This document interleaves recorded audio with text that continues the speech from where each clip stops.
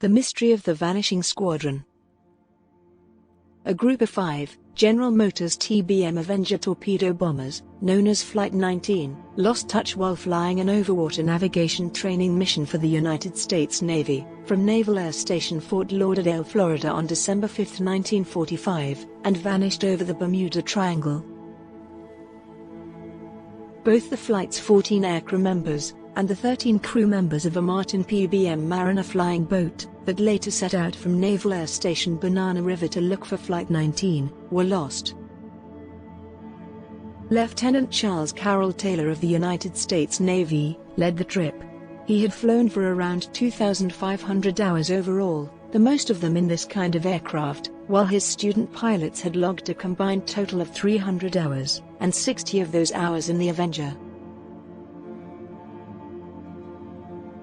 After takeoff, they continued flying in the direction of 091 degrees, or practically straight east, for 56 nautical miles, 64 miles, until they arrived to Hens and Chickens Shoals, also known as Chicken Rocks, where low-altitude bombing practice was conducted.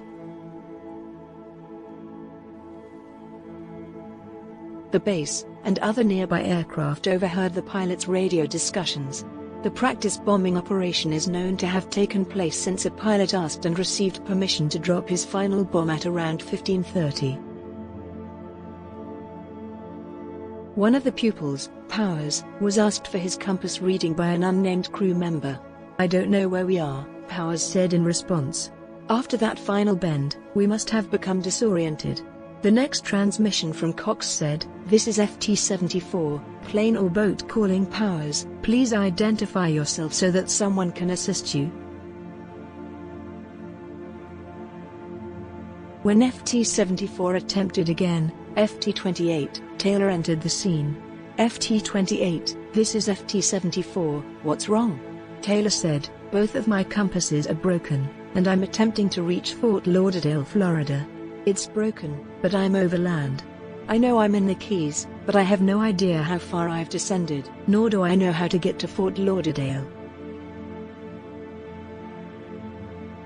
FT-74 informed the NAS that aircraft were lost, then advised Taylor to put the sun on his port wing, and fly north up the coast to Fort Lauderdale.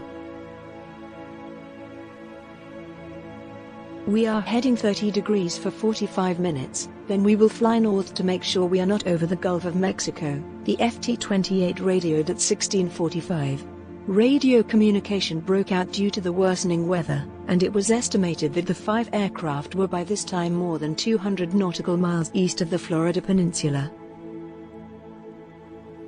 Around 1820, Taylor's last message was received. He was heard saying, "All planes close up tight, we'll have to ditch unless landfall. When the first plane drops below 10 gallons, we all go down together." As it became obvious the flight was lost, air bases, aircraft, and merchant ships were alerted.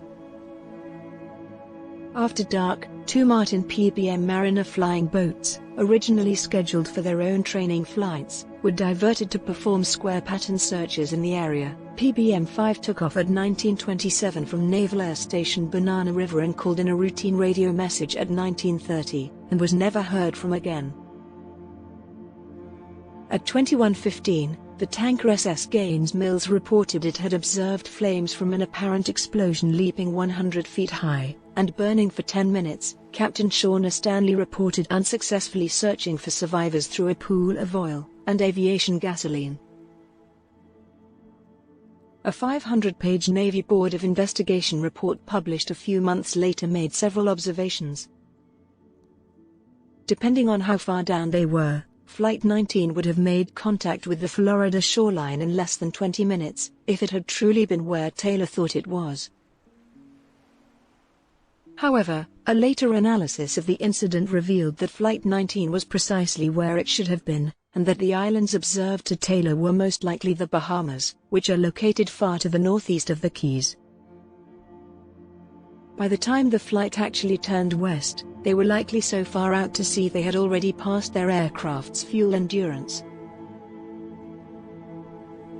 Thanks for watching. If you enjoyed this video, please give us a big thumbs up and subscribe to our channel.